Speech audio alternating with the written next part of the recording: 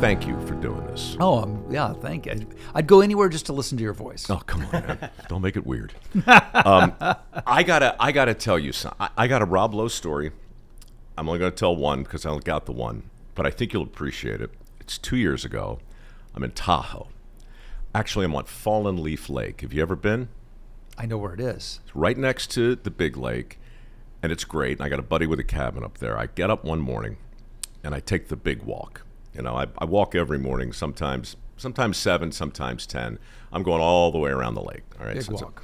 So I'm out there. I'm about, 6 miles in. I mean, deep in the woods. And I got my phone with me and my headphones, so I download some podcasts, right? And I let's see who's on Rogan. Well, it was an old one. You'd been on there a couple years earlier. Yeah. But I start listening to you and Joe Rogan get me through this walk. It's a great conversation. But it gets to the end of it, and you start talking about your podcast. And I'm like really interested in this because he's asking the questions that I would have asked. Yes, for sure. It's great about Joe. Terrific, right? So I'm really into the conversation, and it had been going on for a couple of hours, and I look up, and I'm on a straightaway. It's a path, and about 150 feet in front of me is a bear, a big bear, and he's running toward me as I'm listening to you talk to Joe Rogan. This is amazing. So Amazing. you know, that puckering feeling, like I immediately forgot my Boy Scout training. I did not make myself Big. I did not make myself noisy. I turned and I ran. Okay. And you made yourself wet. I didn't have to, man. It just happened. So I'm running through the woods of Lake Tahoe. A bear is chasing me, and I'm listening to you. Okay. Now, you're gonna love this. I run as fast as I can, and I run for maybe 30 seconds, and I turn around, and the bear is about as far from me as he was when I started running, but still just galloping along. I'm like, God, this is just not good. The altitude, I'm gasping for breath, and you're going on and on about your new podcast because I don't have time to take the earphones out. So I come to a little curve in the path, and I take a hard right, and then I get behind a tree, and I just stand there still, and I'm thinking, you know, their eyesight's not so good, but I know they can smell anything, and is this thing just going to follow me right behind the tree? Yeah. My heart's pounding. You're going on, and I peek behind the tree, and the bear just jogs by. And I realize he wasn't really running. He was just kind of galloping. Right. And I realized in that moment, he wasn't chasing me. He was just out for a run. He's just like you. Just like me, Rob. Just out for a run. And I'm just standing there behind the tree, listening to you ask Joe Rogan for advice on your podcast as this bear vanishes in the distance. That's an amazing. I can't imagine that anyone on the planet has ever had that experience, but you. Well, it gets weirder. That night, back in the cabin, I get a phone call from a guy named Aram. I don't know if you know Aram, but you know some people he knows. Yes. And apparently, your son is turning 30. The message says, I hate to ask you this, Mike, but Rob Lowe's son is having a birthday, and he's a big fan of Deadliest Catch. Do you think maybe you could send him a little birthday shout-out? This is the day you've been chased by a bear. That night. That No night. way. So in the span of 12 hours, I swear to God, I'm listening to you, and I didn't seek you out. I'm just trying to listen to something on my walk. That's right. But it's you. And then hours later, you ask somebody who asks somebody. And the next day, I'm making a birthday video for your boy. And you were the hit of the video. You were the hit of the video. That is really some weird kismet. Dude. Right? I feel like now, most of the things that happen to me that feel apocryphal and like powerful, I never know it when it's happening. It's only years later when you look back and you go, well, that was weird. Yeah. This was weird in real time. In real time. It's hard to deny that. Right. You go, something is at work here. I'm glad that those roads, those paths, those bear paths led us to this moment. You were there for me, man. Thank you. And you're welcome. And you really are welcome. Thank you. Speaking of your boy, man, we don't really do much prep for this thing, but I went on Instagram, and Bro, he's serious, isn't he? dude, funny, both of them. Both of them. Explain what's going on Instagram with your sons, because I think it's a terrific model for fathers and sons everywhere. Well, look, so it started with my youngest son, not the oldest who had the birthday. That's Matthew, who's the fisherman. Right. And, Outdoorsman. He's the outdoorsman. Hardcore outdoorsman, and he works in finance right now. So he's got like a real job. Mm-hmm. My young son's got a phony baloney job like me, in show business, puts on makeup and acts for a living. So, but sadly, he had John Owen. John Owen. He's quite good. He's quite good, but he had so much more potential, Mike. You have to understand, he was the youngest intern at the Eli Broad Stem Cell Laboratory at UCF, University of San Francisco, during his high school tenure. That got him into Stanford. Graduated with straight A's, and then comes out and tells me he wants to be an actor. Oh my God. And I just wanted to kill him and myself. Forget the tuition that I could have saved. Yeah. He could have gone to Jamba Juice every day and waited by the phone. I didn't need to pay a tuition to Stanford to be an actor. But in the interim, he would just eviscerate me on social media. He's a very funny kid. And he would just work me over. I would post something that I thought was cool, and he would just come up with some comment, just shellacking me, and it would make me laugh, because I love a good joke, even at my own expense. Maybe even more so at my own expense. What makes it so good is that your boy understands the power of brevity, right? Yes. He's not going on. He's not telling big shaggy dog stories. You should look at this, Chuck. Mm-hmm. They're just cutting. Now, in the boy's defense, So cutting. The old man does post some beefy kinds of pictures. Use it or lose it, bro. I'm 60 years old.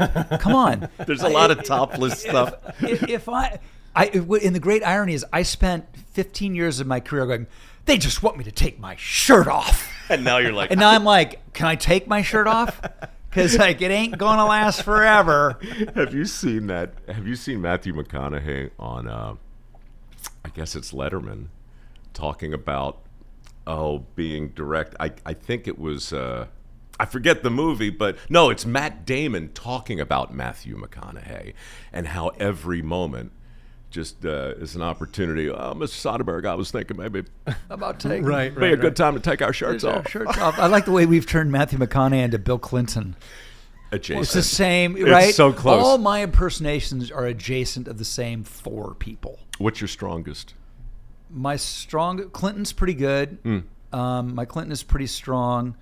My Arnold, but a lot of people do Arnold. Yeah. But mine, I think, is the kind of thing where, everybody is thinking about that and going like, okay, it's going to work. It's really going to work. It's not good. That's solid. Yeah. Yeah. We had a time. Remember, there may have been some beverages involved. It was a long time ago, but for some reason, I realized I could kind of sound like Sammy Davis Jr. just a little bit.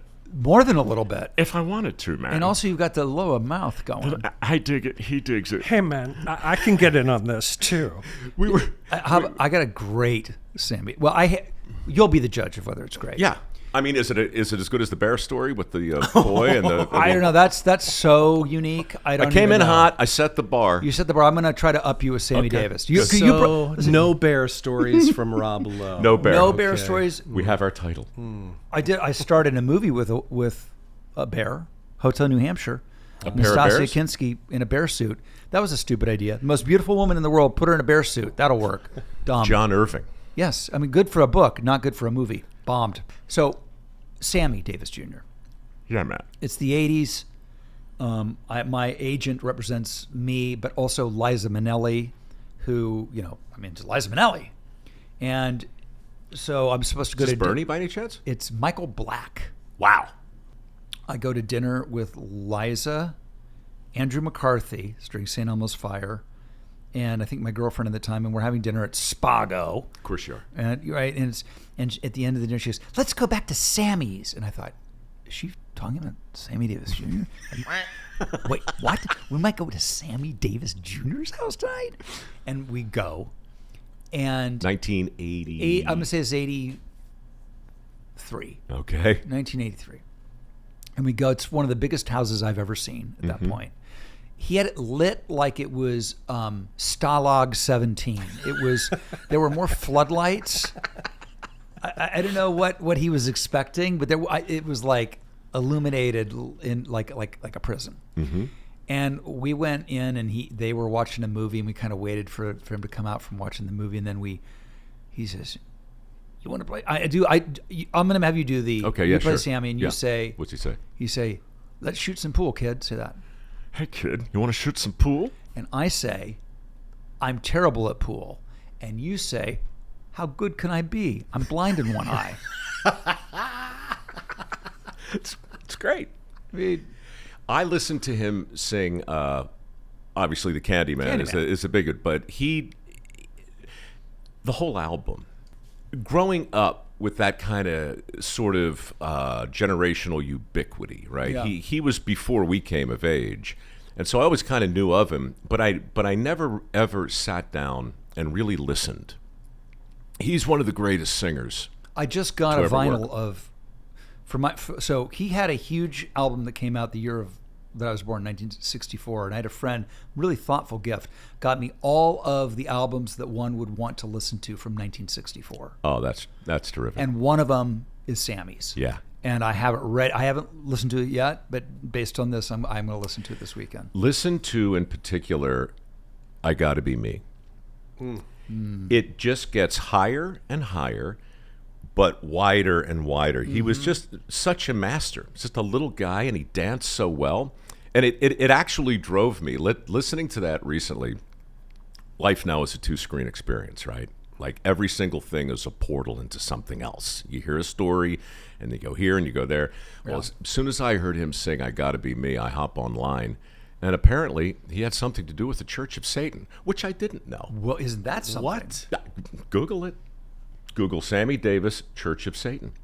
Now, it's the internet, so Satan is whatever. in the Satan. The big S, Old Scratch, Beelzebub. Scratch, No, it's Beelzebub. Satan Leibowitz. I was think gonna is the say. one. Yeah.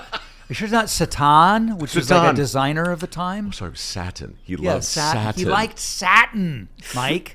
Isn't it Santa? Why backwards? Sammy Davis Jr. joined the Church of Satan? I know. What? What was he hoping to get out of that? Candy, More man. famous? Just some candy. Some candy. Old Scratch has really got the sugar. When we were chatting before we were rolling, you told me how much you were enjoying The Floor. Yeah. I've seen 2 episodes. Super addicting. It's clear that you are, although you're a very good actor, and I suppose you could act like you were enjoying it. Right. So several questions. When you're hosting a show, Yeah. are you acting like a host? Are you trying to draw from other great hosts, or are you you? No. And by the way, the greatest host of all time for anything was Dick Clark. Agreed. And I had the honor of doing an episode of, this tells you how long ago it was, the $10,000 Pyramid Wow. Yeah. with Dick Clark. I was 15. And like Ty Cobb said, it ain't bragging if you've done it. I went to the Pyramid round every time and won. Nice.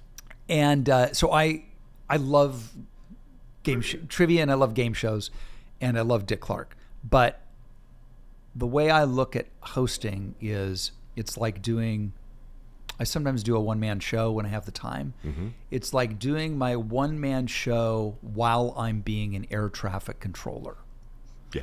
Because the notion of keeping track of who has won what the storytelling is vis-a-vis the gameplay, how much money is currently on the table, how much time is on all of the sort of making the trains run on time is sort of one part of my brain, and the other part of my brain is the entertainer trying to be funny, keep it light, Looking for a moment. knowing when to bring the gravitas and make it real, Right. and knowing when to let some air out of the tire. that's the fun, the broadcaster part. Yeah. Because I don't get to do any of that as a straight actor. By the way, on his Instagram, there's a picture of him doing this one-man show. Mm-hmm. and his boy's caption simply says, John Stamos would have sold it out. Because there are a few empty seats. There's like 4 empty seats in the top row. That is so wrong. It's that. It's that. And there's another one where you're drenched in sweat. You've just come from some workout and you take this selfie. It's at my house, in my home gym. And Johnny says something like, the art of subtly posing in front of your wall of Emmy nominations. Exactly. Oh, so good. It's brutal. He's a good boy, though. And I love He's him. funny, too. I love that show. Unstable. Unstable. Yes, right now. It's terrific. Unstable is streaming now, our second season on Netflix. Our co-star Lamorne Morris just won an Emmy yesterday. Oh, Yeah. that's great. I love doing comedy. I'm blessed that I get a chance to do both. I'm blessed that I get to dabble. I'm a dabbler. You are. Can't I'm a hold a dabbler, job. You know, Renaissance man. Yeah. Journeyman. But I love doing this. I love my podcast. Literally, we've done like, these numbers are going to sound small to you. You've been doing this since 2018, I think. I think we're way over 100 episodes now, and They go by quick, man. they go by quick. And I look back at the people that I've had a chance to talk to. Jeff Bridges is the current one. And that's, to talk to Jeff Bridges. I could talk to Jeff Bridges about the first 10 years of his career. And how about this? I talked to Jeff Bridges for an hour and a half, and I didn't even get to The Big Lebowski. Wow. Right? Well, because the old man's out now, which I assume you're watching. Yes, he's Which cool. is just, look, we don't have many celebrities on this podcast, mostly because I don't really know how to talk to them for that reason. Right, You sure. can't sum up. It makes no sense to look at your resume and Right. start asking you about, and by the way, probably isn't a question you haven't been asked, and I don't want to be that guy either. But do you think about that when Jeff is sitting across from you? Somebody like that, or like I'm like a music nerd, so I had like Lindsey Buckingham from Fleetwood Mac. All right, That's and I'm like, Kenny Loggins. I'm like a yacht rock guy, right? So I get like Kenny. you said that out loud, by the Yeah, way. I did. We're actually recording this. And Do you know what? I know I'm here. I'm wearing it as a badge of honor. I know it makes me a national joke to say that I am the king of yacht rock, but come on, man. So I'm with you. I had Lindsay on, and it's all I could do to. I went track by track. So, or a guy like Jeff, and talk about this movie and that movie, and for me, I just want to find the deep cut to talk about. Right. Like, there's a reason I didn't get to Big Lebowski. I realized. It's like everybody has to. Because everybody has Lebowski. to. Yeah. Right. The Do you know dude what I mean? abides. Yeah. Like, if you want to, that'd be the first question they'd ask him on Entertainment Tonight. That's what I was getting at before when I asked you, like, the difference between impersonating a host. And by the way, nothing wrong with that. I impersonated Dick Clark for a while because I didn't know of a better example. Sure. But, of course, who did Dick Clark impersonate, and when did he stop doing that and start being Dick Clark? That's right. Very interesting. Because hosting is not acting. Well, I'll tell you where I see it to be contemporary is I see it with Tom Brady on Fox. Yeah. And Tom, when you think about Tom Brady, the greatest of all time, I think everybody knows one of his greatest things was he was coachable. Like he was in there, knew the play. He was a coach's dream. Yeah. I don't think that's serving him well here, because we need to be ourselves. That's the lesson. Yep. And so I can just see Tom coming into this. He's never done it before. He's listening to the quote unquote experts. Mm-hmm. I want to go, bro, you're Tom Brady. You should be Tom Brady. Because with all the best intentions, I'm making this up. I don't know any of this to be true, by the way. But I can see, based on my experience in these type of things, where it's like, so listen, in the first quarter, let's make sure we focus on the this and that, and that we're going to build a narrative. Like in the second quarter, we're going to do a package where we talk about the defense, but let's let the defense establish itself in the front. And the next thing you know, you don't know what to say. You don't. To obsess on the details at the expense of the larger thing, right? That's the weird. I'm so interested in hosting, not because I am kind of one, but because it's not broadcasting really, and it's not acting. No. Really. There are times when it's all just jammed in together. But you described it right. You're actually a traffic cop with a sense of humor and hopefully some timing. And a proper host. Right. You know, it's like, okay, this person's had enough to drink. They need to no longer be toasting. Let's move on to some. Do you know what I mean? Yeah, it's like all the stuff you would do at a party. Oh, that person's been sitting in the corner. They seem nervous. I feel like they've got something to give, though. Let me see if I can. It really is just an amazing. There's so much more to it than you think if you're doing it in the fashion that the Dick Clarks want to do. I mean, they're playing a host to just go up and read a prompter or whatever. What did you learn from Dick Clark as a guest on Pyramid once upon a time? Oh, I remember he screwed up my my introduction 7 consecutive times. And I'll never forget as long as I live. It's like that famous voice. It's in my head. Ladies and gentlemen, please welcome Rob Lowe. And then I would come out and somebody would whisper to him. And he would just be quiet and go, reset, lighting cue, music. Ladies and gentlemen, from the new ABC TV series, A New Kind of Family, Rob Lowe. Reset, lighting cue, music cue. Ladies and gentlemen, he's just a tall drink of water. He looks like he's 6 years. Rob Lowe. At this point, you got to think. No, it's unbelievable. You're just flirting with me. But he was deadly serious. And what it was like he had zero shame about. I mean, each introduction, he sold it as if it were the first. Yeah. It never affected him. It was like water off a duck's back. I was like, that was unbelievable. He was just like a complete pro in that he was able to let the moment pass and live in the next one. He was so kind to me. Yeah. I met him in 90. One of the nicest guys ever, kind of notoriously, right? It was suspicious. It was suspicious to me. You know, I kind of spent a lot of time around the edges of this industry and scrupulously avoided the path that you took. Not that it was offered to me, but I decided early on I was going to try and make a living in the periphery. And this, I got hired to host a show called No Relation. It was on FX, and it was through Dick Clark Productions. Right. So Dick oversaw the whole thing.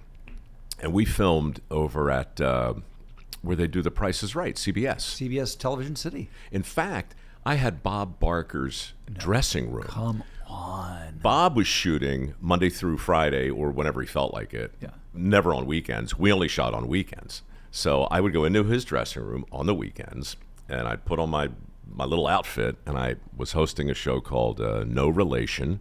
You would actually like this.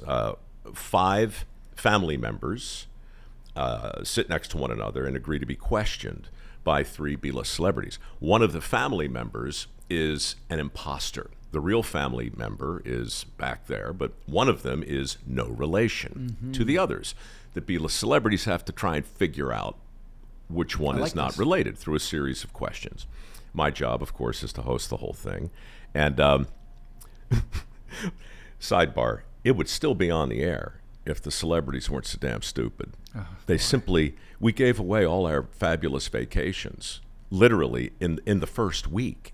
Everybody got a grand prize to Mexico. Everybody won. Everybody wins. In fact, Tom Frank, who was the EP on the show, he was so frustrated with the celebrities, he renamed it Hello Mexico, and he started casting Chinese people to sit in a black family to give them a hint. They still couldn't figure it out.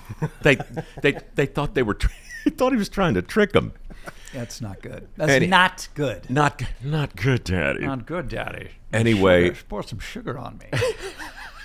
So Dick walks up to me after maybe the third taping, and he said, "Mike, your instincts are good. I really don't have any notes. Everything's going great. We're giving away a lot of prizes, but that's not your fault. One thing, though, when you walk out and say, 'Hi, everybody, I'm Mike Rowe. Welcome to No Relation,' you might not want to say, 'Hi, everybody,' Because what I've learned, and you can take this for what it's worth, Oh, Mike. this is heaven right now. He says, what I've learned is that even though you're broadcasting, and even though that you're very aware that you're talking to a couple million people, and even though the people are probably aware in the reptilian part of their brain that they're part of an audience, that's not why they're watching you. They're watching you because you're talking to them. So the word everyone, it's not really the right word. Just say hi. Amazing. And I felt like I had been touched. Touched by the hand of God. Have you? Yeah. It's one of the. You got the 11th commandment. Right. There is no everyone. It's just the guy sitting across from you. Talk to him. That's so amazing. I mean, it's no bear in the woods, but it's good. No, it's amazing. You having Bob Barker's dressing room. Now that was something. Can I tell you? I was hoping you would. So there was a time in the 80s where they were shooting a lot of movies in Chicago. And there are all these, there's no real television studios there. Oprah hadn't built anything yet. She didn't exist yet. Right. But there were these Oh, look, someone's here. Matthew that's got to be the boy. Yay! He's killing it, man. Hey, how are you? Mike. Matthew, nice to meet you. Nice to meet you. guys are like in the middle of recording. No, come sit. We're We're definitely recording. Hey, buddy. Here. Take a load off. telling a little story. This is Matthew, who you did the birthday wishes for. Oh, fantastic. That's my dude. oldest Matthew. Pleasure to meet you. It's a pleasure to meet you. Yeah, I'm sorry we And don't have a proper chair. But guess what? And the company that he works for owns Dick Clark Productions. Yep. When did that happen? There's kismet going on around this conversation. I was just telling a Dick Clark story. We were just doing 10 minutes of Dick Clark Productions. No way. Yeah. I work in the Dick Clark build where the office is where Dick Clark Productions is. Over on like Olive? 100 North Crescent. When he moved to Beverly Hills. Oh, they moved to Beverly Hills. He works at Dick Clark Productions. Isn't this bizarre? Honestly, man, I'm glad he wasn't here for the opening story I because know, that's just too weird. Well, a bear would walk in. When you listen to this Maul later, you. your head's going to explode. It's a bear story. Hey, knock. Hey, it was And- a fucking bear coming in. And you're in it. You're actually in the story. Well, now I'm really gonna have to go back. Yeah, you're going to have to. That's what we call a tease, Matthew, It's a in the tease. business. Just a tease. Anyway, why don't you sit on the down, sofa sit there? down, You're making sit me down. Shut nervous, up, kid. perched up there on the. Yeah, there you go. Put that anywhere. Fantastic. So I'm in Chicago. Yeah. So you have your Bob Barker is a dressing room. I'm in Chicago, mid '80s. These little weird quasi TV studios are tiny that are sort of decrepit, and we're shooting class there. We built the apartment set in or whatever, and there's a dressing room, and it's disgusting. It kind of looks like a waiting room in a railroad station from 1955.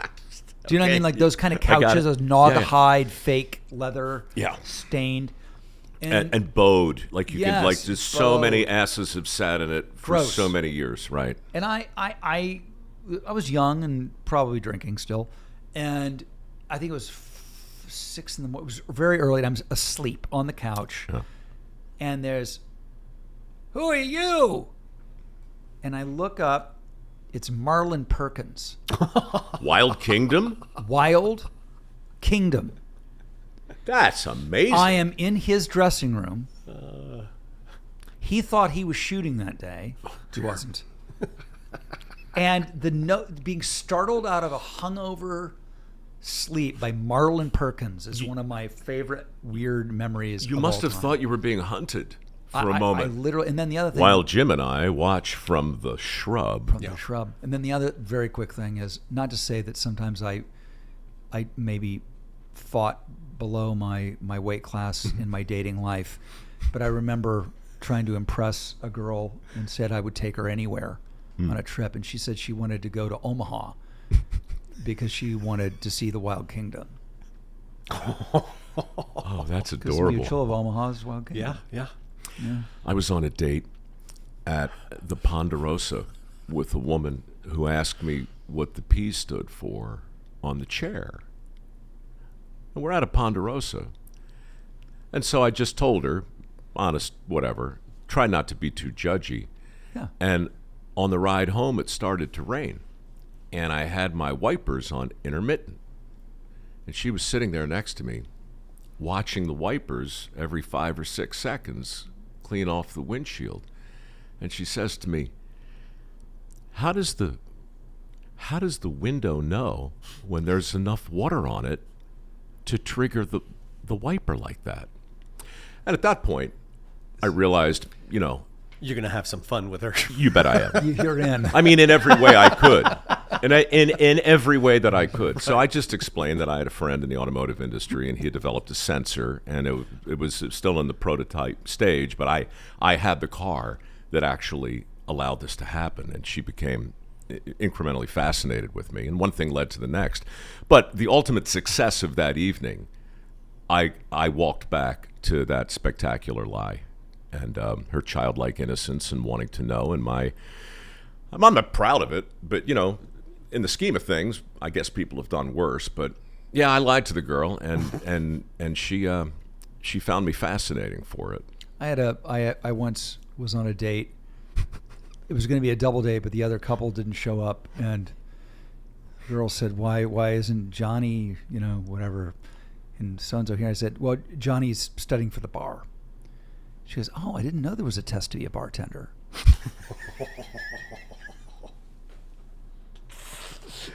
God bless him.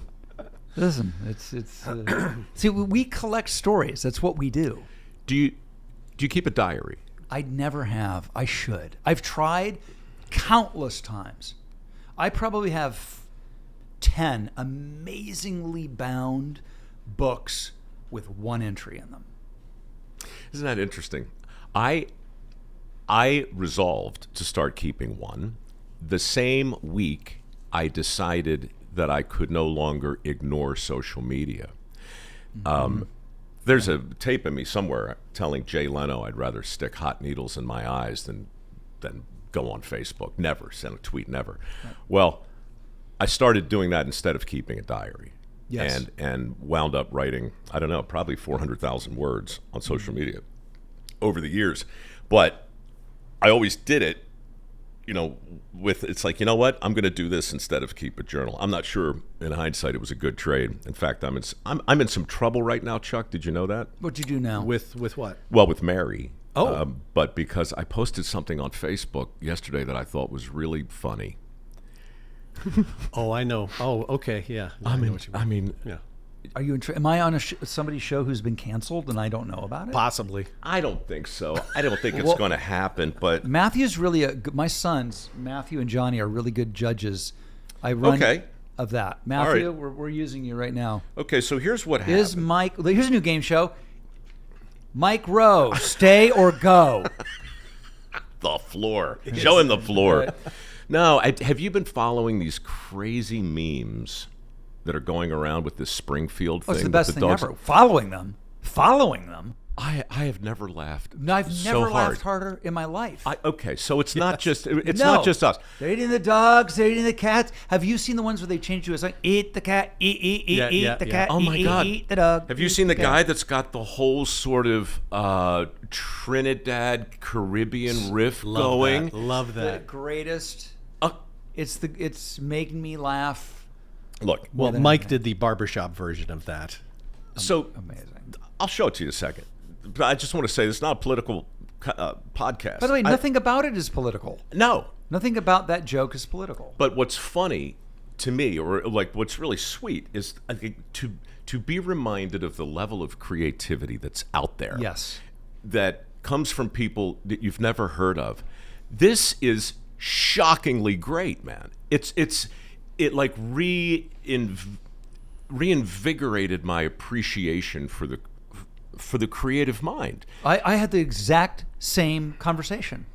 I got a dog named Freddie. I used to do this thing called Fridays with Freddie, where I'd post stuff. Or in Springfield, where poppies are under siege. It's a barbershop. Kittens hide from hungry thieves. If that's a fact, it's time to act. Don't eat the dogs, don't eat the cats. How'd you get that harmony? Dogs, don't eat the cats. Oh, the high harmony with No, thanks. Cuts. And the low one. You could be in the Eagles. Cuts. Oh, So, and you, Jesus. So that's how you do it. we sang in a barbershop quartet in another life. Yeah. The podcast. Is that true? It is true. In high school. Yeah. and Did you have beyond. the boater hats? We didn't go that far. I was going to say. Well, tell them our name. Well, we and went what pretty wore. far. Yeah. We were called semi-formal. Fourmal. Because we're terribly Very clever. clever. Oh, you guys are wordsmiths. And we I wore see. tuxedos and tennis shoes. See? I see. It was You're edgy, too. We're very edgy, very edgy, but still accessible. Yeah. We killed the nursing home circuit, man. They loved us. But anyway, yeah, the sponsors on the podcast get unauthorized jingles sung in 4-part harmony because I just think That's amazing. because nobody else does. That's such an extra for them. People are so angry with me. That's how we ask people to subscribe and like us as well. We have Yeah. like 7 different songs at the end of every episode. Yeah. There's a different one. I mean, I can't tell if it's clever or tragic, but this thing, man, people are just like, What's the beef? well, the beef.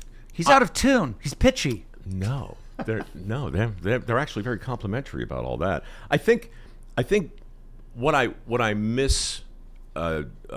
diagnosed was the degree to which people were enjoying all the other memeing.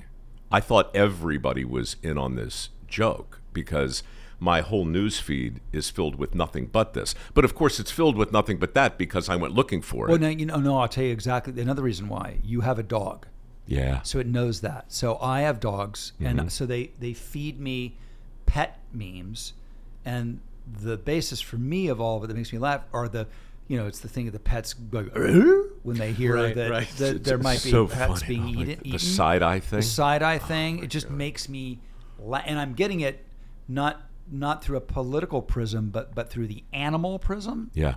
It doesn't even occur to me that it is a political thing, but obviously I can see how easily and maybe truthfully people could construe it as that. Everything is political, obviously, today, and everything is magnified here. But I just, my instincts are usually pretty good, especially on my own page. I mean, I don't have a ton, but there are 6-7 million people Matthew, there. would you let me post barbershop quartet version of that with one of our dogs? No. No. Oh no! Why? If you want to err on the side of being safe these days, don't even touch anything remotely political. But What But- makes but- it political? But what makes it what political? makes that? But is it political because Trump said it? Yeah, that's the only reason it's political, and it may not be true. Right. True. Well, if we're to believe everything that's currently out, it is not true that they're eating quote unquote cats and dogs in Springfield. You know about this? How about I grew up? My dad was the tennis pro in Springfield. Springfield, Ohio. Yep. No my kidding. dad was my dad was the tennis pro at the Springfield Country Club. That's A lot one of more kismet going on seemingly here. impossible coincidence. A lot of weird coincidences going on here right now. I'm troubled by something your boy just said. What do you say? If you want to play it safe, you're an outdoorsman. You're a fisherman. Risk is something you must assume simply to enjoy the life you have. Why would anyone want to play it safe? He asked to no one in particular. No, I like that. Got him quiet. Did you see how quiet he got? No, it's my thing. Yeah, it's your thing. Well, I mean, I think that inherently being in the outdoors and enjoying nature, I think they said the average kid spends less than like 10 minutes a day outside. It's a world of being on your screens and playing video games. So I think that's inherently dying anyway. Yeah, but why do you want to play it safe? Oh, to succeed in any form of career these days. So, and here we have the eternal struggle of our time. Right. Right? We have to somehow figure out what to do with risk. And I mentioned to you off air, sitting right where you are now, yesterday, was the aerial photographer for Deadliest Catch. I haven't seen him in 20 years. He just reached out, and I invited him over, and we had this amazing conversation. And a lot of it had to do with the necessity to take chances and the willingness to assume risk, and how really something has changed today because we've so elevated safety and we so value carefulness, but we still aspire to success in all of its forms. But we're just so careful about taking chances. And I wonder what a man of your experience might have to say about the business of taking chances from time to time. Well, I don't consider myself a thrill seeker or an adrenaline junkie, but I am always barraged with people saying, "You do that? What are you, crazy? Oh my God, I don't even like you. I mean, when do you rent?" And like, I'm just living, like I'm hella skiing, I'm, big wave surfing, I'm scuba diving, all, free dive, all that. But that's like just living life, right? And I went to Jackson Hole recently. I was like, can I get 100,000 vertical feet in one day? They have an app. I did. And so, but that's the way I'm wired. I'm wired to do stuff like that. But there's stuff I won't do. I don't want to jump out of a plane. Don't ask me why, but I will jump off of a cliff into water or a bridge. Like at what height? I mean, I have my limits, but I'll jump off of stuff that people would not jump off of. But the notion of a plane probably because I'm such a bad packer, I figure that I don't trust anybody to pack. Pack your own chute. Yeah, dude. pack your own chute. Go with the Golden Knights like Mike did. They That was get it exciting, done. dude. But you're on the guy's back? First time. I'm not doing it. Matthew's done it. Of course he's done it. One and done was enough for me. So, me too, but I've never jumped out of a plane where there wasn't a camera pointed at me. I have a whole different risk tolerance and risk profile when I'm working. Oh, same. You put a camera on me, I'm liable to do anything. Actually, I know that I can't trust myself. Yeah. If you put a camera on me, I cannot trust myself. What is with that? Why do we become bulletproof when a camera's pointing at us? Because the juice becomes worth the squeeze. Ooh. Because film is forever. It's just that simple. Yeah. And I'm like when I play in golf tournaments, like I want the gallery. Like I like crowds, cameras.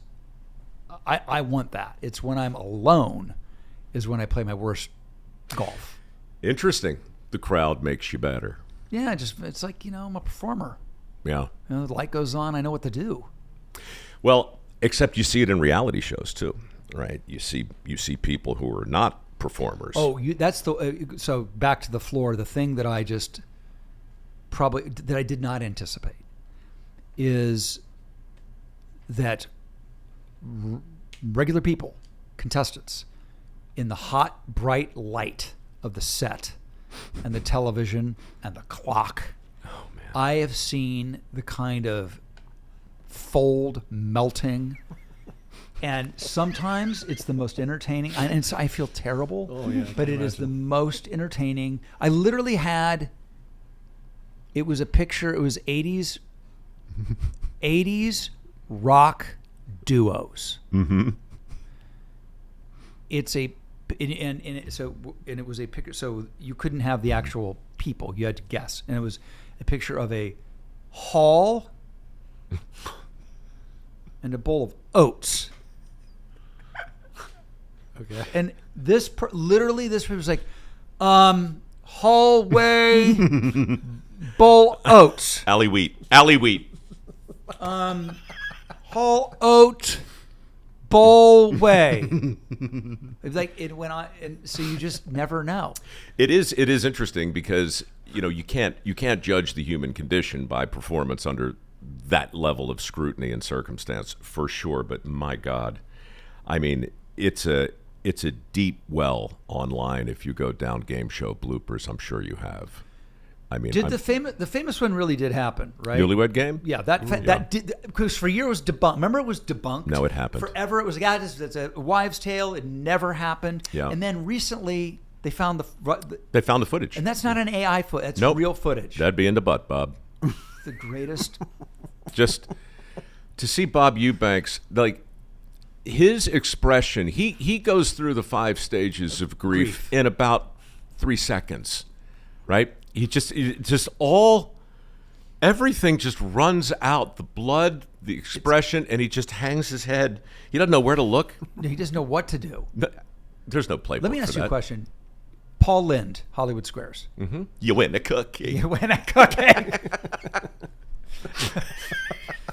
By the way, I'm obsessed with doing the Paul Lynde story as a movie.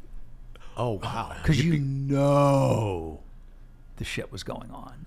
Well, based on your turn in Liberace. Behind the Candelabra, right? Isn't yeah, that a good companion? It's a companion piece. What's the great... Wait. Oh, I can do it. Paul Lynde? Yeah. Go ahead, do it. Smells like I think. I'll cut that out. I don't think so. I'll bleep it. What did he get the questions in advance? Yes. Of course, yeah. Yeah. For sure, right? For sure. sure, yeah. Yeah. I do a version of that called North Hollywood Cubes, and that's what we do. Right. Swear to God. Really? Yeah. So it's for because they're too good and too quick. Correct. Yeah. Yeah. Everybody gets them in advance. Everybody gets... I was number 2 for the reboot of that. I forget who actually hosted it. Whoopi. Whoopi. That's She right. bought it. She bought that. Hosted she bought and bought Hollywood it? Squares. Yeah. And Alec Baldwin was in the Paul Lynde Center Square. Yeah. Well, I came close. They called me back a couple of times, and I asked that question, and they were like, "No, of course they get all of it." But as a kid, I remember watching that show, and just there were so many great things about the Hollywood Squares. Oh. That was the best show at making you feel like a fly on a wall at a party you wanted to be at. Yes, you wanted to be one of those squares. I just felt like I was around them, just watching. Here's what I never said: who's Cliff Arquette? Don't know. Gray area. Do you know what I mean? Like Yeah. that character, Charlie Weaver. Charlie What was it? Weaver. But isn't he Charlie Weaver or Cliff Arquette's? I don't understand any of it. But he had the bow tie and he sat there as if we were supposed to know. Upper right. I don't typically. understand. Yeah. I never understood that. And he looked like an old man, but he wasn't. I never got that part of Hollywood Well, it's Squares. back to the Sammy Davis thing. Yeah. There's a very weird kind of fame that isn't directly connected to your specific experience of Right. it. Like Kitty Carlisle, There's another one. Charles Nelson Riley. Hoodoo from Lidsville. Come on, I know who Charles Nelson Riley is. Yeah, but as a kid watching those things, all I knew was everybody around me knows who those people are. Right. I don't. Right. I was too young. So it's just that feeling Yeah. of like, man, I'm not quite in on this Match joke. Game was great too. I was just thinking that was my favorite. What's the best Match Game?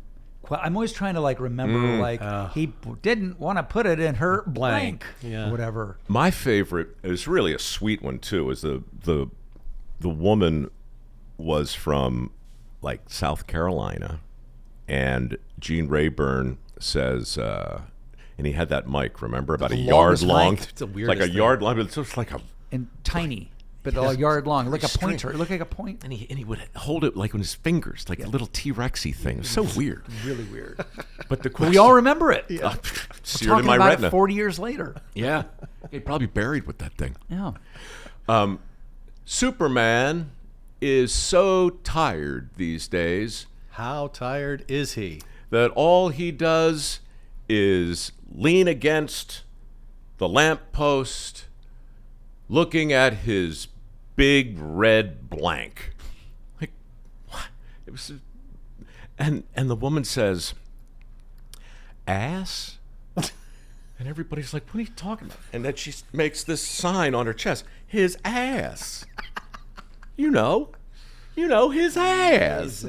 That's the right answer. That but it's just the right answer. Pronounced His weird. ass. And it was that's how she did it. It was she was just kind of innocent. She wasn't trying to be crappy about Those it. were the greatest. See, that's the stuff that makes. So what is it? So here you are. You've got this show. It's a bona fide hit, right? You're back for season whatever it is. 2 now? and 3 Did they pick up both at once? at once. No, they're not screwing around. Yeah, when they do, that's how you know, right? that's They're how not you know. messing around. Dirty Jobs, we did 3, shelved it for a year, came back, did a couple, and then they ordered 39. Wow, 39. 39. How do you find 39 dirty jobs? Well, that's what you do. That's Well, what made it great. we were doing 3 an episode. So really, the question is, how do you find 100 some fast? And the answer is the viewers. The viewers programmed that show, totally programmed it. But this thing, so why are you doing it, man? I want to understand why you're doing a game show, and I really want to understand why you're doing your podcast. Okay, so here both are the same answer, because so a lot of people go, guys, you're 60 years old, but you seem so youthful and blah blah blah. And I feel, what is the hallmark of a child? Curiosity. And I need to be curious in my life, and I need to learn. And I follow things that I'm interested in, however weird it may be, i.e. hosting a game show. If it's something I'm curious about, if it's something like I feel like I'm going to have fun doing, and if I feel like I'm going to learn. And I don't know anything about hosting a game show. Nothing. Zero. And I mean, read a prompter. I don't read prompters for a living. I don't know any of it. So anytime I'm on a traditional movie set or TV set, just by virtue of how long I've been doing it, I will be the most experienced person there. Mm-hmm. Out of the 200, always, almost every time. I walk onto the set of the game show and I'm a rookie. And I get to learn, and I get to prove myself, and I may get fall on my ass. There's no guarantee. People might laugh at it. It might not work. I don't know. And like my adrenaline is up. So the podcast is that I knew with my decades of relationships across all sectors that I could talk to people in a way that nobody else would be able to. Like my interview with Gwyneth Paltrow is going to be unlike anybody else's interview with Gwyneth Paltrow, because I'll be able to say things like, tell me about the time my wife taught you to give a... Good one. I mean, you're not going to hear that from Oprah. No, but you're going to cut it into the open, I'll tell you that. Yeah, you're right. You're going to lead with that. So, and look, I don't always have that kind of insight, but again, or like Robert Downey Jr., do you remember the time when we Same question. Yes.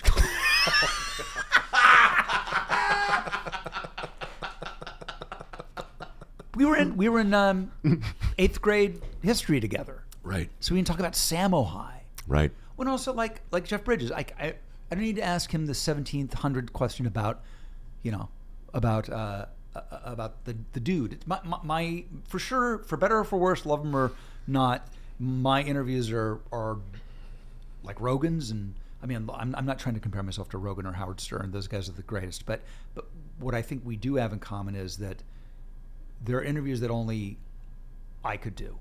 You're more Tom Brady.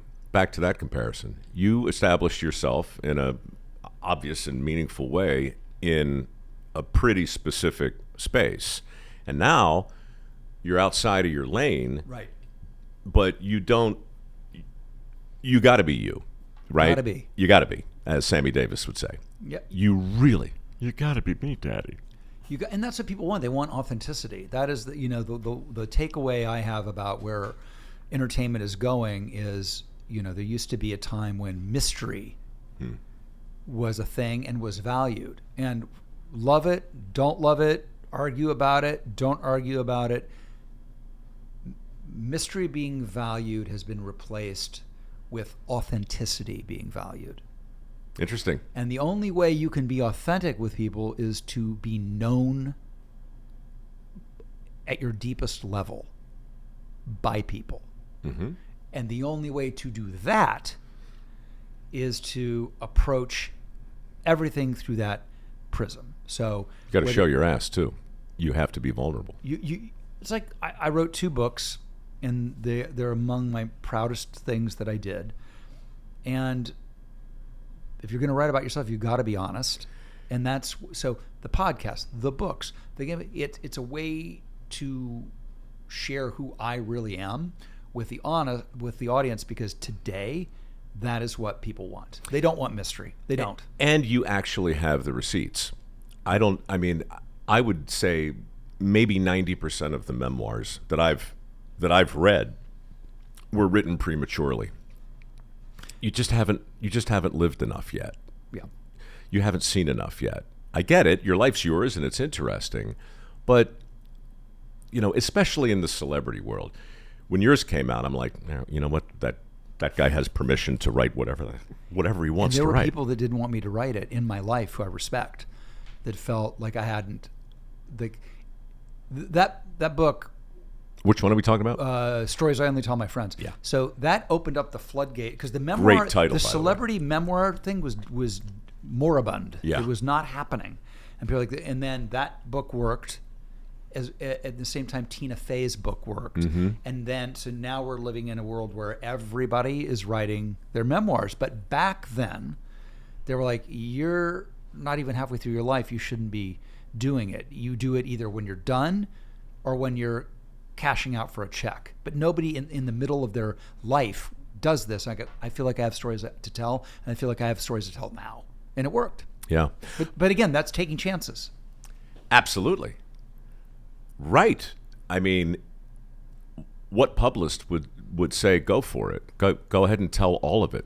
See, that's I wrestle with this too, especially in the reality space where, you know the spectacle is going to sell, right? Yes, right. You know the train wreck, you know the head, you know all that. Right. But that's not really who you are. That's not the sum total of all the parts, you know? Right. And so, like, was there pressure from your publisher, I guess is my question, because I've been down that road a bit too, to push you further than you wanted to go, to reveal more than you wanted to reveal? Or was the whole thing cathartic for you? It was cathartic. It was super cathartic. I really had I'd never been more certain of how I wanted to tell the stories. And I knew that it's contingent. You've got to deliver on the expectation. So you can't be coy and do a bait and switch, which a lot of people do. You realize this was nothing. It was all a snow job or whatever. Mm-hmm. But there's a way to dish the dish in a way. David Niven did it great in the book The Moon's a Balloon. Haven't read that. It was the very first classic. It was a revolutionary book. It sold and sold and sold and sold and sold and sold and sold. And I remember seeing it on my grandmother's library as a kid. The Moon's a Balloon. The Moon's a Balloon by David Niven. And David Niven was a serviceable mid-level character actor, but he wrote this revolutionary, and that's sort of the thing that people aspire to in that genre. And so I wrote because what he did was he dished everything you wanted to know about all of his co-stars, but in a way where you never felt like he was telling tales out of school, making them look bad, being overly provocative or exploitive, I guess, gossipy. Or gossipy. But it was so beautifully done, and I was like, I'm gonna do it in that vein and see if I can. And I think I did. I hope I'm not conflating my urbane, sophisticated English character actors, but I think it was David Niven. Speaking of grandmothers, I was watching the Oscars. Streaker. Oh yeah, the streaker. Streaker runs by. David Niven. Now see. That was staged for sure. By the way. Really? I'm convinced. We need to get who would be the producer to find. But here's why I always thought it was staged. It's live. First of all, streaking was a thing. Yep. It was all over the place. Yep. It was the hippest, coolest. It was in the zeitgeist. And the notion that the streaker shows up and they're perfectly framed to not show something they didn't want to. Right. So the odds are you would either catch it and have stuff in the frame you can't show, so you can't use that angle. Yeah. Or you miss it altogether. But the notion that they caught it perfectly, I call bullshit on it and always have. Interesting. I think in this moment right now the way you must have felt when you just learned that the answers to the Hollywood squares Or were there's all no staged. Santa Claus. There's no Santa Claus. Also a big moment. Yeah. And a career ender for me. Sidebar QVC. Yes. Oh my God. Note to self: never tell 2 million people about the time you realized there was no Santa Claus Yes. on a Sunday morning when everybody's watching 2 days before Christmas with their kids. Doesn't go well. That does not go well. It was it's so disappointing. Yeah, I don't think so. And Because my thought, he was so unflappable, though. That was my He had point. such a great line. his shortcomings. Yeah. Yeah. It's a shame that he's going to be remembered for his For shortcomings. his something like shortcomings, that. you know. It was all kind of so... Like, Yeah. it wasn't actory, it wasn't broadcastery, it was kind of hosty, but it was just a guy, seemed like, he handled that with He knew his way a around it. plum. And you got to ask yourself, how did he get there? Who missed the naked guy backstage? In the wings. Yeah. Right? Yeah, and if he got in with his clothes on, past security, all those levels of security, Right. when he started taking his clothes off, nobody Some looked askance. Red flags? Step Anybody? in. Complete bullshit. I think you're right. I think we need to solve the Kennedy assassination. Let's Well, move on to that. We've come pretty close to that. Actually, we've had a guest on here a couple of times. You might enjoy a guy called Clint Hill. Oh, I know the Secret Service agent. Sure, of course. He's my neighbor. No way, Clint Hill. I met Clint Hill. His book is great. I read it. Which one? Five Presidents? Oh, the one my is the Travels with Mrs. Kennedy? Mrs. Kennedy. Yeah, That's a good one. It's yeah. terrific. yeah, it's great. Terrific. It's really great. Yeah.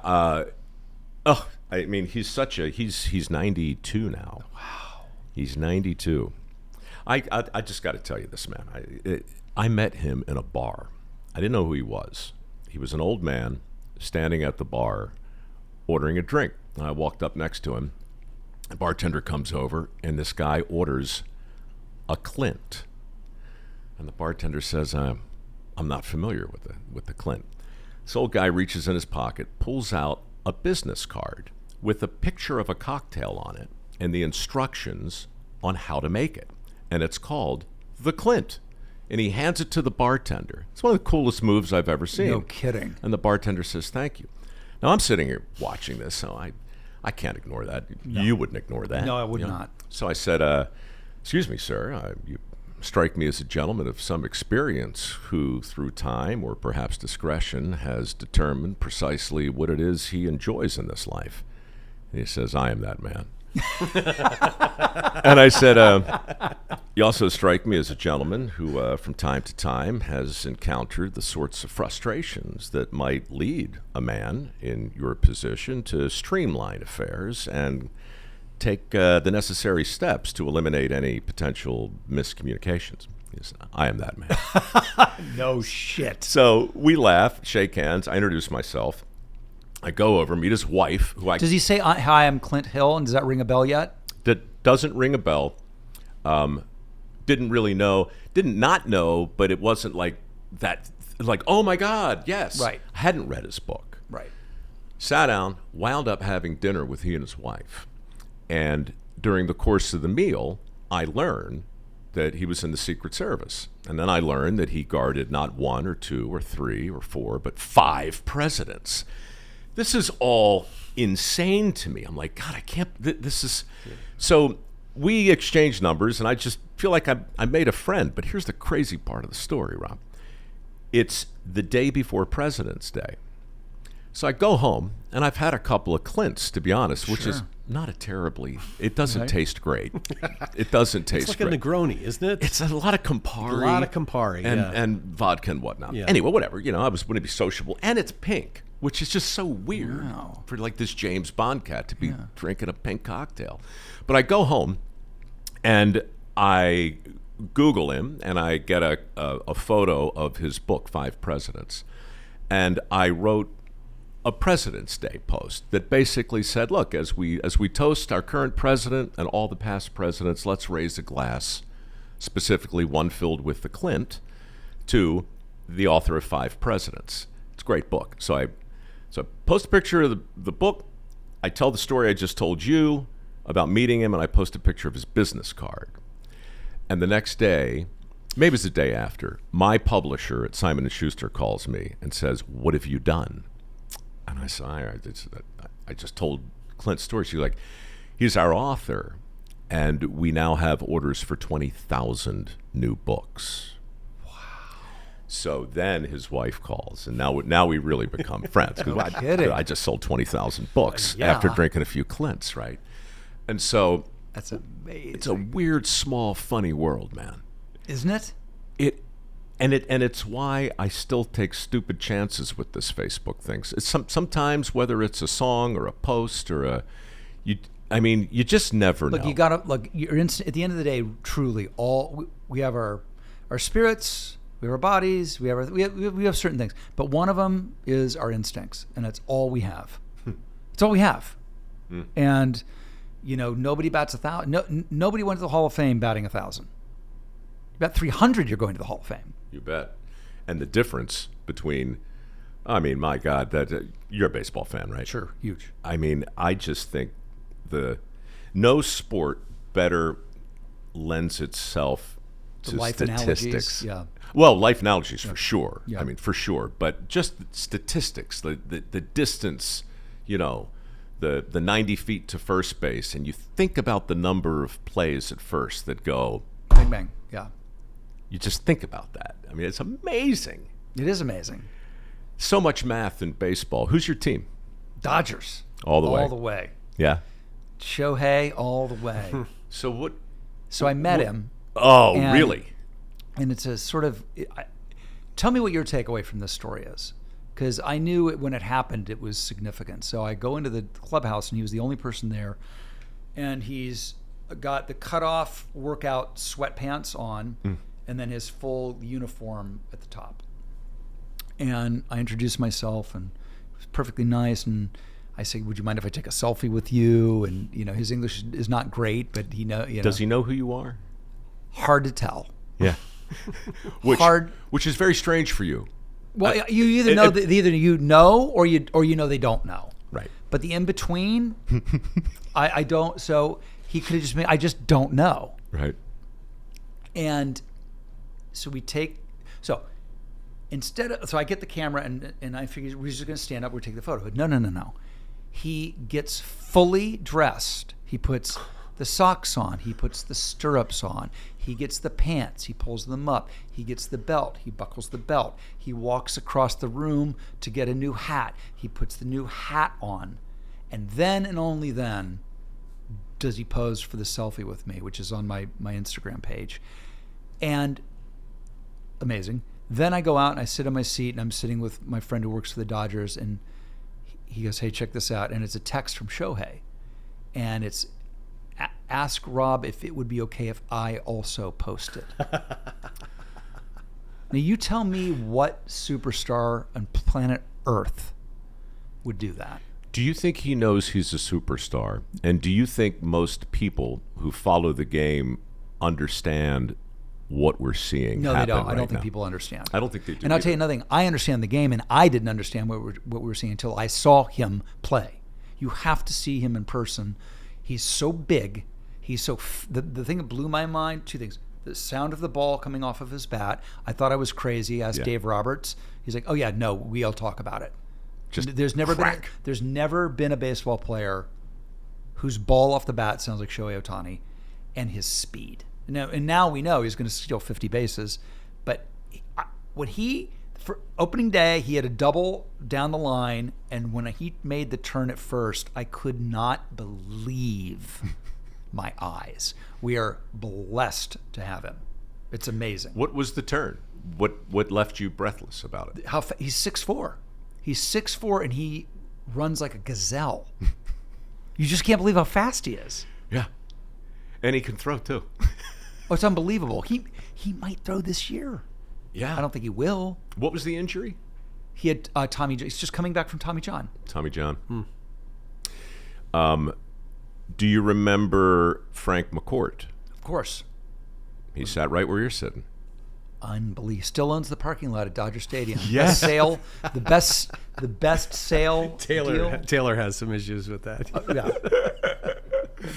I mean, and I love my Dodgers. I just wish we could figure out a way to get people in and out of the stadium. Oh my God. Well, he's on a whole new mission now. He's he sold his share obviously, but he's trying to, I think, form a consortium to buy TikTok. I heard this. Yeah, he wants to take the internet back, and I don't think he's messing around. He's serious. In fact, I'm going to hopefully see him when I'm going to Boston next month. He wants to create an internet where individuals own their own personhood, basically, where all of your data is owned by you, and you decide who gets to use it and what they pay you. It's good just to sit back and and think about in 5 years, 2 years, 10 years, the discussions we will be having going, remember when? Right. Like, it's going to be insane. Yeah. It's happening. So fast. Yeah, it just seems platitudinous to even say it, but it feels like part of it's getting older, I know, but it's the tech and it's the AI and it's so fast. I don't think people have time to process the last breakthrough in the same way we don't have time to understand what this kid means to baseball right now. It's happening right in front of everything is happening all at once, and everyone's drinking from a fire hose. It feels it's like somebody. I've been trying to articulate what AI is going to mean to people, when asked, and everybody has their own answers to it. But this is one I heard the other day. That it's like it will be the Gutenberg press if the Gutenberg press then also wrote whatever book it wanted to write. Right. Mm. Yeah, man, that press was a problem. Who did we talk to about that? I guess it was it Todd Rose maybe, or Greg Lukianoff? Just the the impact. It was like we haven't seen anything like that until now. Mm-hmm. The attempt to shut that thing down. I forget what king it was. I think Henry. But it was just such a colossal threat to the orthodoxy and the way information and the party line, it was simply unacceptable. This whole idea of books, it was impossible. You can't put these in people's hands, No, they'll come to the town square and we'll read to them what the news is. Right. And or we'll tell you the stories we want to tell. It really is. It's so analogous that it's like kind of amazing. Yeah. What is going back to that, the other thing I remember when I wasn't running from the bear with your voice in my head. Amazing. You said something else that stuck. What's the point of being famous today? Maybe it was Rogan who said it to you. And I thought that was so interesting because here you are alive and well, living your best life, about as famous as a person gets, but what a difference 40, 30 years makes. Well, I think we're, in spite of all of the complexities and challenges and frankly, very, very, very bad things that are going on in our world, I believe that we're living in the best time in human history. Mm-hmm. And I believe that I was a young man in the best time to be. I mean, come on, bro. To be young, single, and in 1985, and famous in the 80s. Yeah. I wouldn't trade it for any other decade. I don't want to be the Beatles in the 60s. I don't want to be Valentino in the 20s. I don't want to be Shakespeare in the 1540s. Yeah. And I sure the hell don't want to be Taylor Swift right now. That was the time. It was all of the good. And there was always some bad, sure, but that was the moment in time, and I'm just I'm just super grateful. Just the idea though of a hit, like a hit show, back then meant 40 million people. Oh, I remember I did my first TV show. I was 15 years old. It was 1979. There were 60 shows total on television. Only 60. The reason I know that is we were always number 60. We were literally the lowest rated show on all of network television. And how many people watched? Yeah. I think we had 30 million people. Right. 30 million. The last place. And it was like you were million. dead. I remember even as recently as The West Wing, my follow-up show was a legal thriller called The Lion's Den that I really liked, and I remember our ratings came out and like, oh, you're dead. You're dead. We did an 8.6. You're dead. God, an can you imagine 8.6 was a today? death knell. Yeah. Death knell. They're looking for 1 in the demo. Oh, if you get a 1, you're a smash. Yeah. Today. That's what I was getting at. How do you become famous today? What are the odds? You have to be. The odds are good you become famous. The odds are bad that you stay famous. Right. No shelf life. Being famous today is easier than it's ever been. But look at the Hawk Tui girl. Yeah. Right. Yeah. Oh, I don't know what that is. I've never heard of it before. Tell us more. But you know what I mean? It's longevity. It's hard. Longevity is very hard now. I think for the current crop of everybody. Field of Dreams or Bull Durham? Had this discussion with Colin Coward earlier today. Come on. A lot of kismet going on here. Earlier today on his show, this exact discussion. I have neither. Neither. I see your Field of Dreams and Bull Durham, and I raise you to Brian's song. Oh, yeah, it was quite good. Brian's song. Best sports movie ever made. Yeah, but not a baseball movie. I'm not going with either one of those either. I'm going with The Natural over those two. The Natural. I'm going with The Natural. One of my all-time favorite movies, period, let alone baseball movies. You know why I love The Natural? Because I knew I was being manipulated, and I liked it. Oh, it makes no bones about it. I mean, he hits the stanchion and it breaks into fireworks. So you know Right. it's sort of a parable. Wonder Boy. As that incredible score is playing, she stands up. She's got an actual halo. A Her halo. hat becomes a halo. Right. Right. It was. How about he fouls off the ball, cracks Wonder Boy, and the fat, sweet little ball boy comes out with Fattest tears in ball his kid ever. eyes, Yeah. and he goes, "Pick me a good one." Yeah. Come on, come Yeah. on. Everything. It's just. And the pitcher, just this big corn-fed kid who's throwing 100 whatever miles And an when hour. He rises up out of the frame. Here's what's interesting about The Natural. There's a moment in it where the guy, the owner with the weird eye, Yeah. and he Is that Darren McGavin? it's Darren McGavin, and he goes. Somebody says you'll bet on base. He says, "I'm not sure that bet will come in. You shouldn't bet on it." He goes, "I'll bet on anything. I once bet on three pitched balls. Didn't work out for me." He, I think, bet on the whammer. Remember when I think Darren McGavin's character, you never see it, but I think he's referring to betting on that early scene where Redford strikes out the whammer, Right. and then the devil woman changes her focus to him, Right. which is one of the great shots in movie history where you see her literally look from one side of the screen to the other like, I want that. But you have no idea what it means. That's right. You have no idea what's coming. All right. It's a good movie. It's a good movie. Maybe great. Great movie.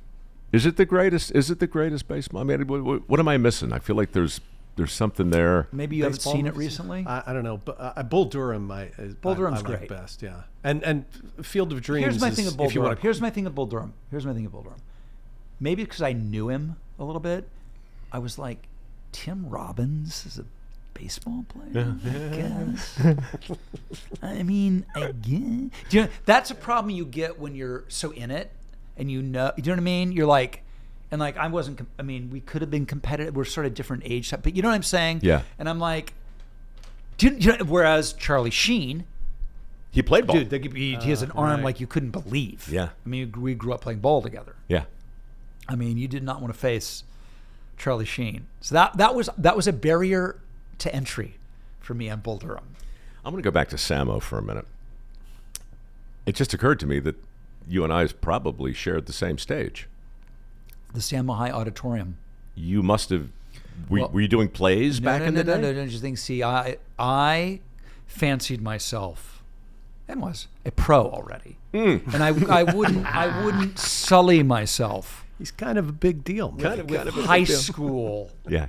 plays. Of course not. And so, in fact, I had never been backstage there, ever, until about 3 months ago. The boys and I were filming a little documentary, or I forget what it was, but we were filming in the wings, and they're written. Everybody who'd ever been there had writes on the wall, and there's a thing where it says Emilio Estevez. yeah. up there. I saw it. Yeah. Sure. Right? Well, there's no Rob Lowe back there because I was I was in the pro leagues. Come on, in the NFL. It's so By the way, fun. here's a great one. Do you remember Rick Monday, the baseball player? Sure. So next time you're at Samo, go look at home plate. And then look at what they used to call the boys' gym back when there could be such a thing as the boys' gym and the girls' gym. The boys' gym, Rick Monday hit a ball off the roof when he was at Samo High. Wow. And people talked about it. I wonder if people even remember it, but it was lore and legend when I went there. I never thought about, I mean, I was telling Rob earlier, we filmed The Way I Heard It there, all of the Spalding Gray stage beats in that thing. And I never thought of what it must be like to be already famous while you're in high school. But of course, this would be the place where that would happen, wouldn't it? But also here's an added element that makes it even freakier. Already famous, but unemployed. Like, I thought my career was over already because I'd had a TV series at 15 and all of a sudden I wasn't working. And I was like, was this it? Was I a one-hit wonder? Yeah. And it was like, I know, I'll be a marine biologist. And that's what I was going to go do. You really thought that was lights out. That was it. I thought it was over. And God bless her, there was a casting director named Janet Hershenson who cast a lot of big movies. And she was like, they're just hiring 18-year-olds because of the child labor laws. They can work longer than 16-year-olds and 17-year-olds. It's not you. Give it until you're 18. And I'll be damned if I didn't turn 18 on the set of The Outsiders. Did I hallucinate this, or did you tell a story once upon a time about that time period and you caught maybe Jack Nicholson's eye in traffic or something like that? Like Jack Nicholson looked over at you and gave you a thumbs up or some kind of encouraging word? Oh, that. I think, if anything, Jack Nicholson looked across the floor of the Lakers game in the 80s when we were dating the same women and gave me the I'll kill you sign across his neck. Did he really? I think maybe that's what you're thinking. Could be. Could be. I don't know, man. I'll kill you, punk. Wow. Get out of my dojo. Who was the girl at that point? No, there was a couple of them. But that's the thing of getting older. Now I look at Jack and I go, wait, we were swimming in the same river? Yeah, sure. Yeah. A river runs through it. There's a big difference between 47 and 27 and 60 and 80. Right. Do you know what I mean? Yeah, in fact, I do. Right? Yeah, things happen real quick nowadays. Really quick. Real quick. I just remember some girl saying to Jack, Rob thought he'd come over and we'd all, and he goes, that sounds like Three's Company to me. I don't want to keep you all day. This is great. This is so fun. But I do want to land the plane back sort of where we started with this. With your boys, man. I love that he came here. I didn't even know he was coming. He's probably your ride home. You know, what happened was I remember talking to Sarah. Yes. You know, and she said, you know, is it okay if Matthew comes That's along? so And I was great. like, yeah, no problem. I asked Mike. It was like, no problem. And then just earlier today, I was like, oh, wait a minute. I know Rob's son wanted to be here, so I called your new guy. Oh, that's so and great. said, I'm hey, so glad. and it all worked out.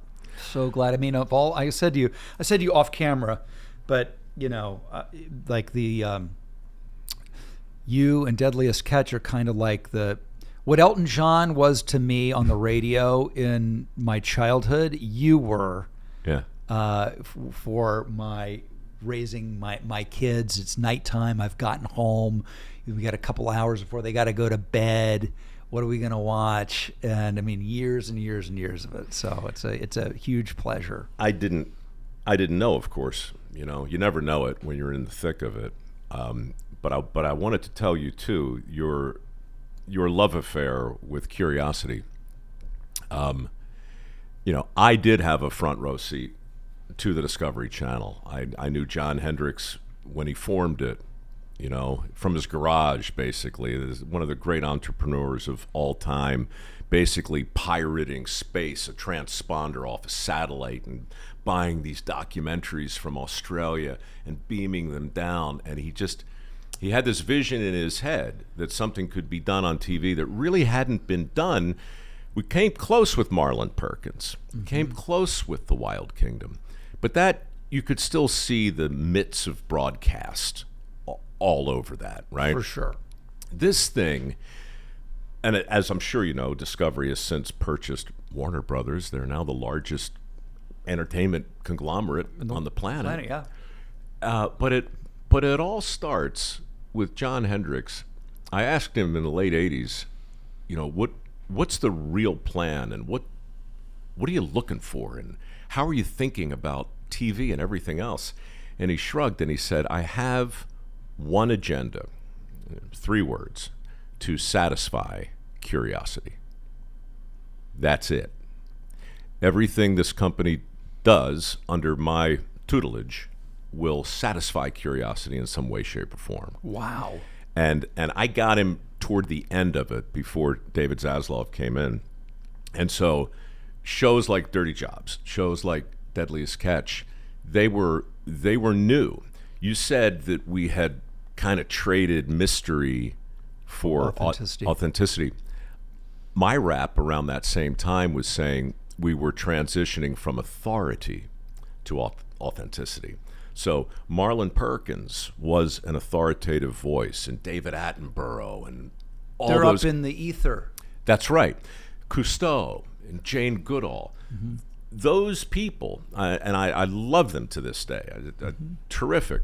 But if you really watched what happened over there through the lens of how curiosity shifted, I just think it's so interesting that suddenly a guy like me could wind up at the center of some of these shows, who in fact doesn't know anything, like a true dilettante who tries to be honest about his shortcomings and just look under the rock or crawl through the sewer or haul up the pot and see what might be in there, And somehow, dude, when nobody was looking, that became dominant in my little lane. Yeah. And your little lane powered the company that's powering the whole industry now. Well, from your mouth to everybody else's ears. But yeah, there was a time when Jobs, Deadliest Catch, and Mythbusters pulled that whole train. Were you a Mythbusters dude, Matt? Yeah. Those are like the golden era of like that television. Yeah. We always knew what we would be watching. It's so amazing to hear that from you. And I know you deal with it every day, but when you grow up with somebody, when you go, I deliberately try to not ask you any of the questions you typically get asked about all of the things that you've done, but to imagine that you guys 20 years ago were watching me do this, that, and the other thing, it's a consummation devoutly to be wished. No. I mean, literally, the last voice I might hear, it might be, meanwhile, back on the Cornelia Marie. 234 miles northwest of Dutch Harbor, come on, Alaska. Right? When's the next fishing trip? It just made me think. We've got to have that. We've got to bring them on our boat. Yeah. Let's do that. Be a part of the 3 different pilots we tried to film on that one. Yeah, we're always trying to like half-ass film some stupid pilots out there. Well, that's where the call came from, Matthew. A guy named Aram who produced it. Do you know Aram Starr? He did the thing we did in Hawaii. That's where Aram was. I knew there was. Yes. Yes. Aram's amazing. He's great. He's great. Amazing. He just called me about 2 weeks ago, and he was like, "I just want to tell you, man, they lit up season 21. We're literally going into the 21st season of Deadliest Catch, and you know what it takes to be on the air for 20 years doing anything. Yes, it's virtually impossible unless you're the Simpsons or no, it's impossible. And so, in the end, I just said it to David yesterday. You can't script the Bering Sea. No kidding. And people keep watching, dude. They keep watching. I'll watch it forever. Oh, good. I'll narrate it forever. It'll be so great. good, I'm so good. I love the idea that I could be the last voice you ever hear. No, I'm telling you. It's like there are certain, I don't know, it could be Mick going, please allow me to introduce yourself. Yeah. It could be John Lennon saying Strawberry Fields. But I put it up in that category. Some high cotton, my friend. Yeah. Indeed. Yeah. If I can ever return the favor, don't hesitate to ask. For sure. I know the podcast game is a barking dog at the back door. You might love it, but before you know it, it's time to record another one. Isn't it unbelievable? Dude, it's one of those things that compresses time. But this guy, my old dear best friend buddy, is so far up my ass now. Every time I turn around, there's a new stack of ads. We're going to get in. It can be unpleasant. Yeah. It's just, It's a conveyor belt. it is. But once you're in it, man. But see, this is why we do it, because this feels like time stopped. It's just like, all right, on Wednesday we're gonna drive to the Kind of dragged at the end a little, I thought. But by and large, I mean, I thought we did okay. we came out hot. I think we did. We came out hot. There's so much to unpack in this one. There is. I love the fact that a guy who made his living from scripts is now in this world of quasi-telepromptered, seat-of-your-pants game shows and totally off-the-grid podcasting. I love that you're curious. I love that you've evolved and pivoted. You got to go to. You have to meet the audience where they are. You have to. And I listen. I was at a place the other day where there's a room full of 28, 30-year-olds, and I'm not being facetious. I'm not exaggerating for the point that they did not know who Bob Dylan was. Yeah. And by the way, Bob Dylan doesn't give a shit, nor should he. Right. But my point being, if one of the things you aspire to is to be relevant today and continue to be in relationship with an audience, you've got to meet them where they are. Right. Rob Lowe, everybody. Thank You're you, the thank you, best. thank you. All righty. Adios. That was fun.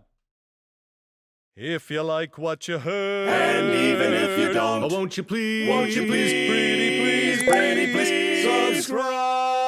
well, I hate to beg and I hate to plead, but please, pretty freaking